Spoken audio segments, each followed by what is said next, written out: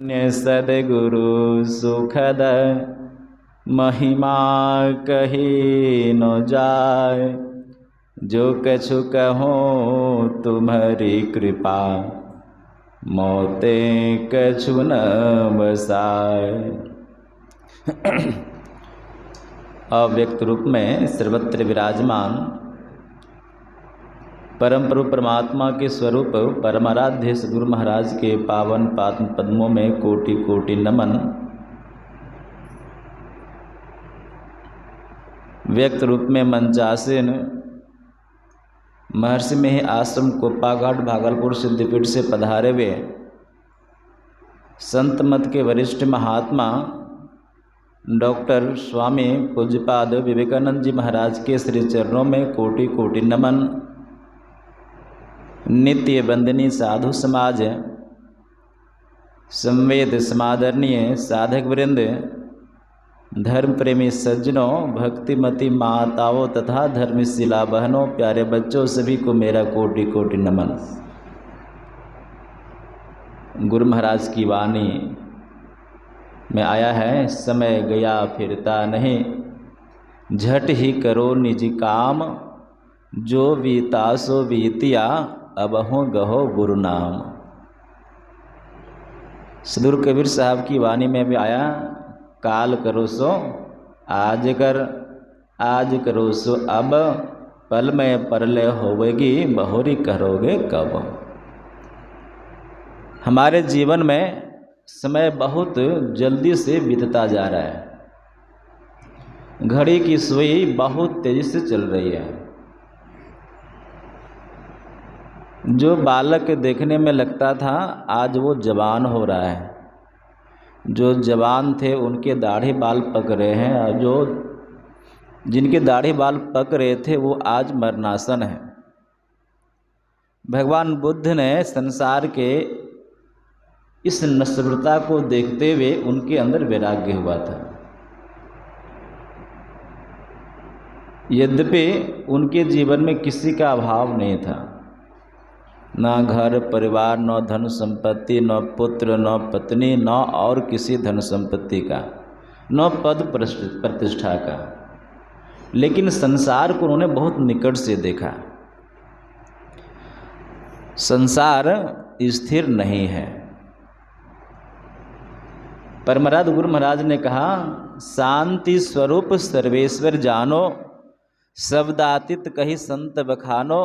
एकमात्र स्थिर परम पुरुष परमात्मा है और संसार में सभी अनस्थिर है, कोई स्थिर नहीं। जाना एक दिन सबको होता है, आए हैं सो जाएंगे। राजा रंक फकीर, एक सिंहासन चढ़ चले, एक बंधे जात जंजीर। लेकिन जाने के समय में संसार के लोग देखते नहीं हैं, जो स्वयं जाते हैं उनको पता लगता है कि हम बंधन में जा रहे हैं कि हम मुक्त जा रहे हैं। संसार के लोग तो ये समझते हैं कि जिस प्रकार से सभी लोग संसार से शरीर छोड़ते हैं, उसी प्रकार से अन्य लोग भी शरीर छोड़ रहे हैं।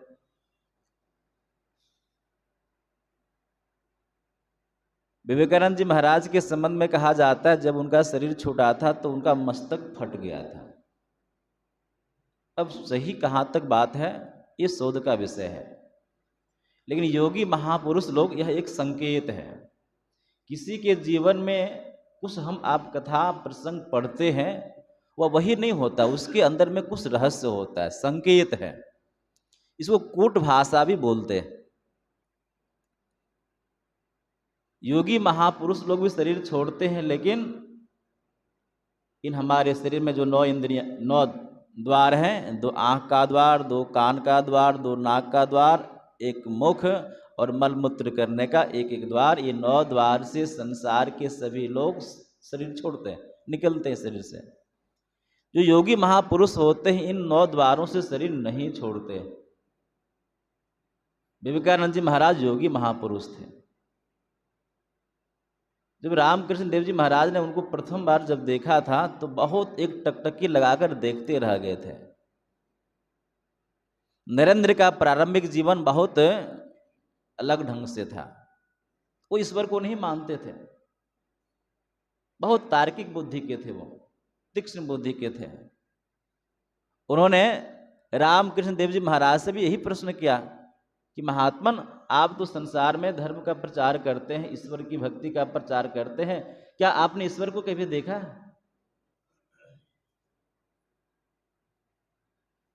रामकृष्ण देव जी महाराज बड़े ही सुलझे हुए महात्मा थे। उनके संबंध में कहा जाता है, आलू बैगन की सब्जी जिस प्रकार से होती है, बूढ़े लोग भी खा लेंगे, नहीं जिनके दांत नहीं वो भी खा लेंगे आलू बैगन की सब्जी, उसी प्रकार से साधु का जीवन आलू बैगन की भांति उनका जीवन होता है। बड़े सुलझे महात्मा थे, बिल्कुल जीवन से संबंधित वो उदाहरण देते थे। वेद वेदांत का उदाहरण बहुत कम देते थे वो, वेद वेदांत को बहुत कम लोग पढ़े। आजकल भी बड़े बड़े पीएचडी करने वाले लोग भी वेद वेदांत के ज्ञान से अनभिज्ञ हैं। तर्क करने वाले बड़े बड़े वैज्ञानिक साइंटिस्ट भी वेद वेदांत के ज्ञान से बहुत दूर हैं। इसलिए आम लोग वेद वेदांत का ज्ञान नहीं जानते हैं। हमारे जीवन में जो व्यवहारिक है उस ज्ञान को बतलाते संत महात्मा लोग। उन्होंने कहा, नरेंद्र, तुम मुझे बहुत मेरे निकट बैठे हुए हो, लेकिन तुम मुझे स्पष्ट दिखाई नहीं पड़ते हो, वो मेरे स्पष्ट दिखाई पड़ते हैं। कौन? ईश्वर परमात्मा। तुम स्पष्ट दिखाई नहीं पड़ते, तुम धुंधले दिखाई पड़ते, क्योंकि तुमको देखने के लिए मुझे इस चमड़े की आंख का इस्तेमाल करना पड़ रहा है, और परमात्मा को देखने के लिए इन चमड़े की आंख की आवश्यकता नहीं है। कबीर साहब ने कहा, चाम चश्म सो नजर न आवे, खोजो रूह के नैना, आत्मिक दृष्टि से वो प्राप्त होते। बड़ा ते बड़ा, छोड़ते छोटा, मैं ही ते लेखा, सबके मध निरंतर साई, दृष्टि दृष्टि सो देखा।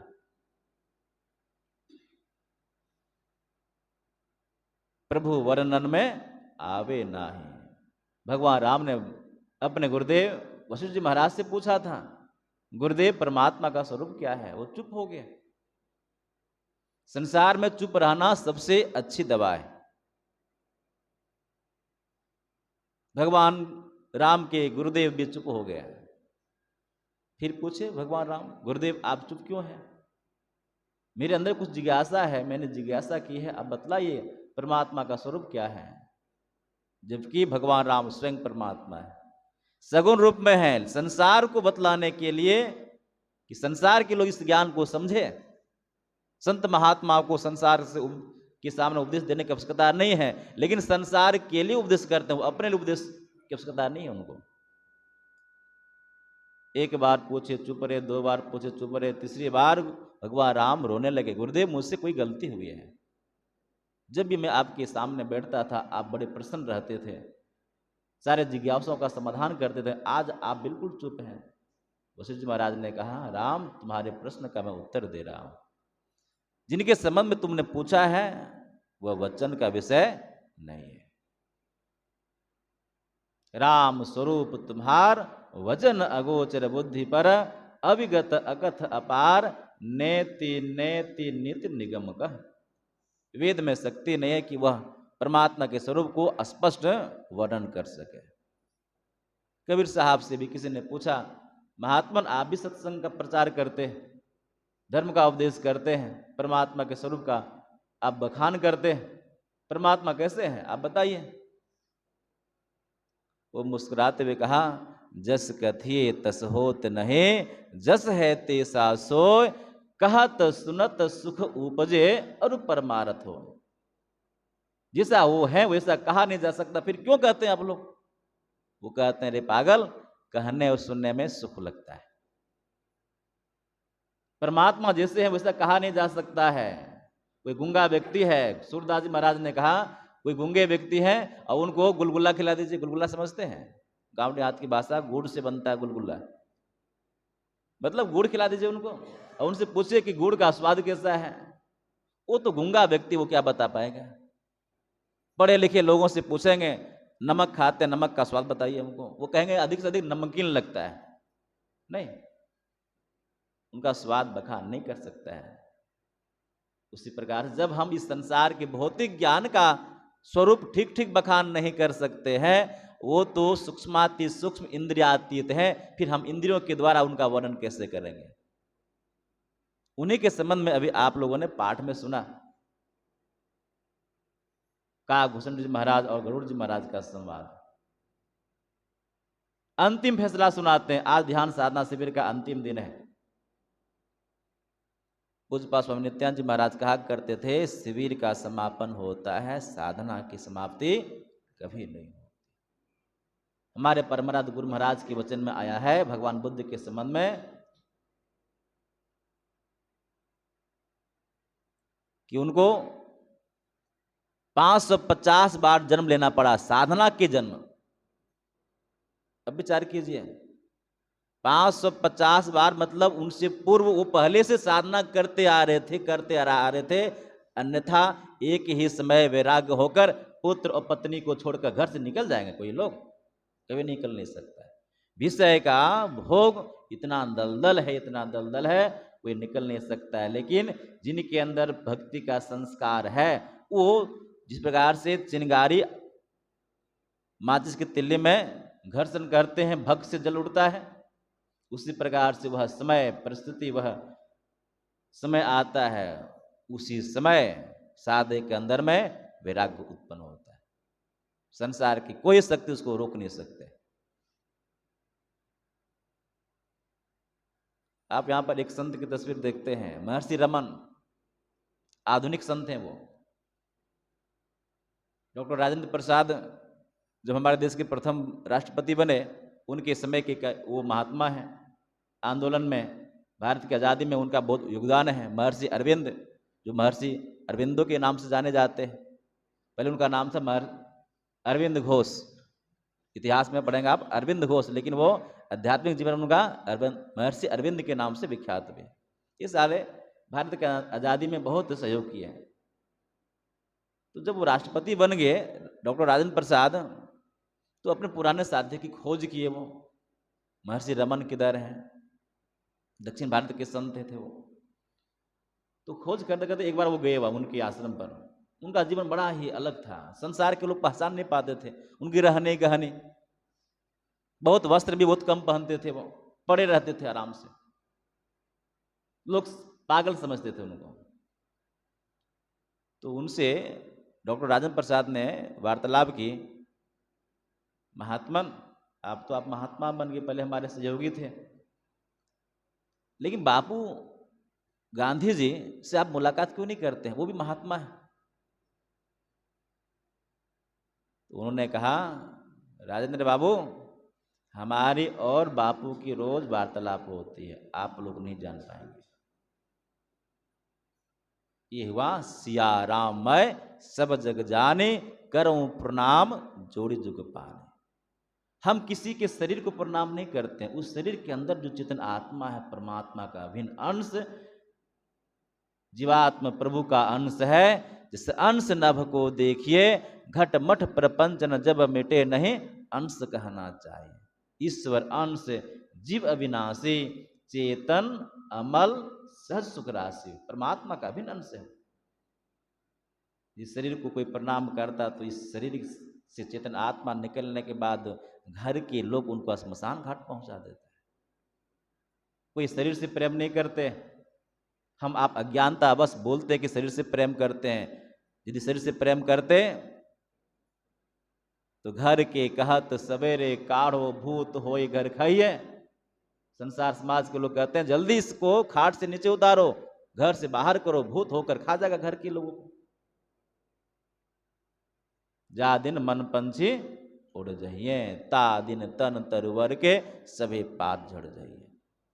उस परम रूप परमात्मा की भक्ति के लिए काकभूषण जी महाराज ने अंतिम बात वो उन्होंने सुनाई। वो कहते हैं मैं अपनी बात नहीं सुनाता हूं, संत महात्मा लोग अपनी बात कभी नहीं सुनाते।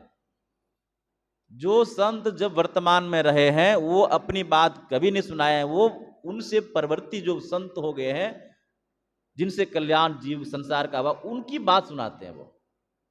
कोई अपनी बात कहेंगे तो बात मानेंगे? कोई नहीं बात मानेंगे। उदाहरण चाहिए सबको। तो सुनाते हैं शिव, अज, शुक, सनकादिक और नारद, और आदि कर देते हैं वो, सनक आदि। शिव कौन है आप जानते हैं?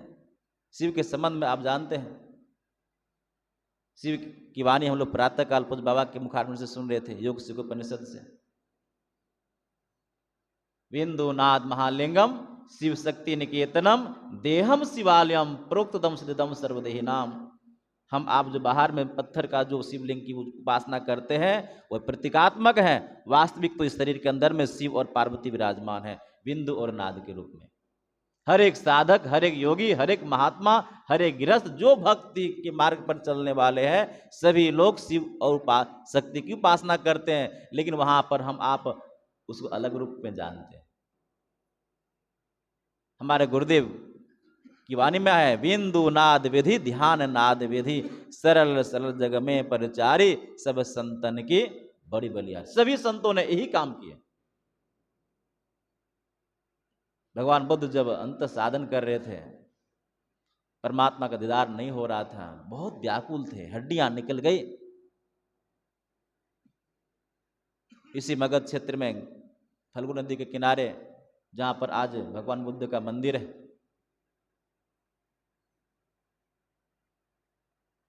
उनको पथभ्रष्ट करने के लिए इंद्र आए।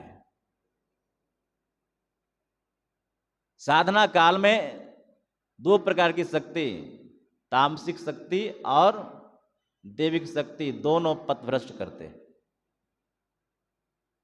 यदि सदगुरु का सहारा नहीं हो तो साधक पथभ्रष्ट हो जाते हैं। लेकिन पूर्व जन्मों की संस्कार, देविक शक्ति, इंद्र का भी प्रभाव उनके ऊपर नहीं पड़ा है। आप जानते हैं, महर्षि नारद ध्यान कर रहे थे, कामदेव और उनकी धर्मपत्नी रति आई। भगवान शंकर ध्यान कर रहे थे, उनको भंग करने के लिए कामदेव और रति आई। जिन जिन साधकों ने, जिन जिन महात्माओं ने साधना की है, सबको पथभ्रष्ट करने के लिए कोई न कोई शक्ति आती है, किसी न किसी रूप में। चरणदास जी महाराज ने कहा, दो ठग मारग माही मिलेंगे, एक कनक एक नारी, सावधान हो पेच न खइयो, रहियो आप संभारी, मनुआ राम के व्यापारी। राम परमात्मा, नौ की महाराज दशरथ के पुत्र राम, सगुण रूप में वो राम थे, लेकिन उससे पहले क्या राम नहीं थे? क्या उससे पहले कृष्ण नहीं थे? द्वापर के पहले कृष्ण नहीं थे? मेरे गुरुदेव कहते हैं, जो हर कण कण में जो शक्ति है वह शक्ति कृष्ण की है, परमात्मा की कर से। जो हर कण कण में रमन करता, उसी का नाम तो राम है।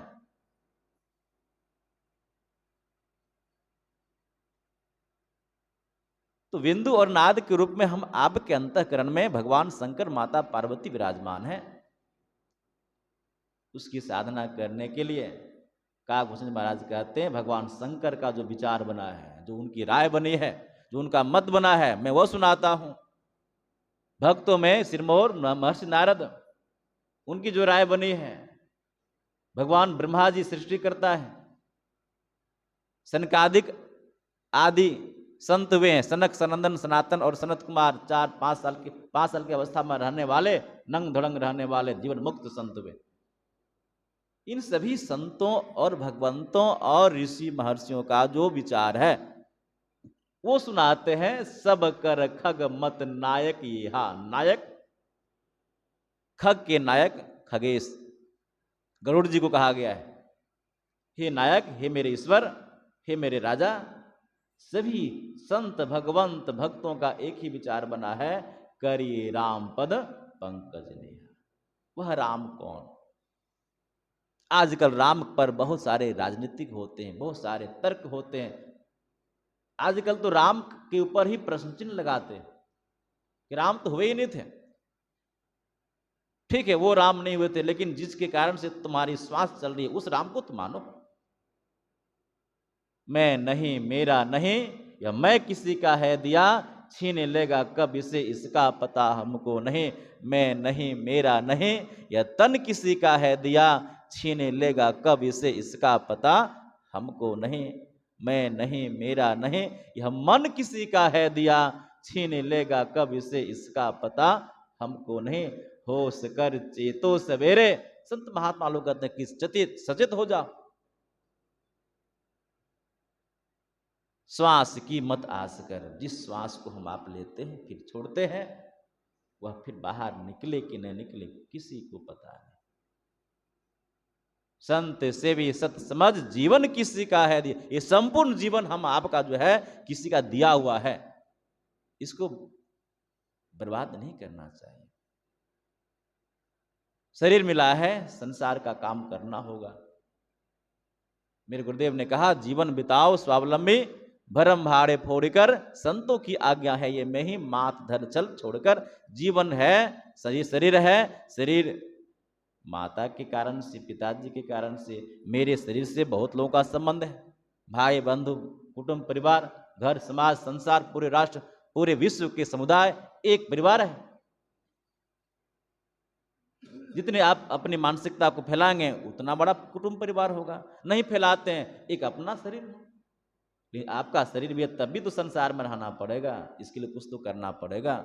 इसलिए संसार के कर्तव्यों को पालन भी करना है और जिसके लिए जीवन मिला है वह काम भी करना है।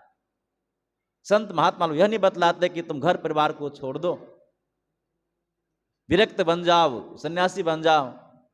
4 आश्रम है, ब्रह्मचर्य आश्रम, गारस्थ आश्रम नहीं, और वानप्रस्थ आश्रम और सन्यास आश्रम, जिनके अंदर पूर्व जन्मों का संस्कार है, एक ही बार छलांग मारता है सीधे सन्यास आश्रम पहुंच जाता है। विवेकानंद जी महाराज से किसी ने पूछा, स्वामी जी आप तो वेदांत की बात करते हैं, आपकी वेदांत में तो 4 आश्रम की चर्चा है, ब्रह्मचर्य आश्रम की चर्चा है, गृहस्थ आश्रम की चर्चा है, वानप्रस्थ आश्रम की चर्चा है, फिर सन्यास आश्रम में, फिर आप सन्यासी क्यों बन गए, आप गृहस्थ धर्म को क्यों नहीं अपनाए? उन्होंने कहा, हनुमान जी जब लंका जा रहे थे, साधारण लोग नहीं जा पाए। जब वो जा रहे थे उनके पास अपार शक्ति थे, पर्वत पर चढ़े, एक ही बार जय श्री राम का नाम लिए और एक बल लगाए, एक बार उछल के वहां पहुंच गए। जामवंत जी महाराज कहाँ जा पाए, बूढ़े हो गए थे, बोले कि मैं जाऊंगा पता नहीं वापस आ पाऊंगा नहीं आ पाऊंगा। बाकी उनके और बहुत सारे साथी लोग से नहीं गए, हनुमान जी के पास शक्ति तो वो चले गए। उसी प्रकार जिनके अंदर में बहुत जन्मों का संस्कार आता है, ब्रह्मचर्य आश्रम से एक ही बार छलांग मारता है, कहाँ पहुंच जाता है, संन्यास आश्रम। क्यों कर गृहस्थ आश्रम को अपनाएंगे? लेकिन सभी चाहेंगे कि नहीं गृहस्थ आश्रम को छोड़कर चले जाएं, वो संभव नहीं है। सन्यासी लोग भी गृहस्थ आश्रम के ऊपर ही आश्रित रहता है। गृहस्थ लोग अन्न नहीं देंगे, सन्यासी खाएंगे क्या? नहीं। इसके लिए गृहस्थ आश्रम में जो धर्म है बहुत मजबूती के साथ रहना है। यदि गृहस्थ आश्रम के आश्रमी लोग जो है सदाचार का पालन करेंगे, पंचशील का पालन करेंगे, उन्हीं के यहाँ राम जैसे पुत्र उत्पन्न होते हैं, उन्हीं के यहाँ स्वामी विवेकानंद जी महाराज जैसे बच्चे जन्म लेते हैं, उन्हीं के यहाँ हमारे परमराध गुरु महाराज जैसे भी रामानुग्रह लाल जन्म लेते हैं, आगे चलकर महर्षि परम जी महाराज के नाम से विख्यात होते हैं। गृहस्थ सदग्रस्त नहीं होंगे तो संत महात्मा आएंगे कहाँ से? इसलिए जो जिस धर्म में है, जो जिस आश्रम में है, अपने अपने आश्रम का परिवहन धर्म के अनुसार से करना चाहिए। विशेष नहीं बोलते हुए परमात्मा की उपासना, जिनके बारे में करिए राम पद पंकज नेहा, वह परमात्मा की भक्ति है क्या, उनका रहस्य क्या है, इन सभी शब्द के बारे में, गूढ़ विषय के बारे में हम लोग पूज्यपाद डॉक्टर विवेकानंद जी महाराज के मुखारबिंद से सुनेंगे। हम लोग शांत भाव से उनके उपदेश को सुनेंगे। बोलिए श्री सद्गुरु महाराज की जय।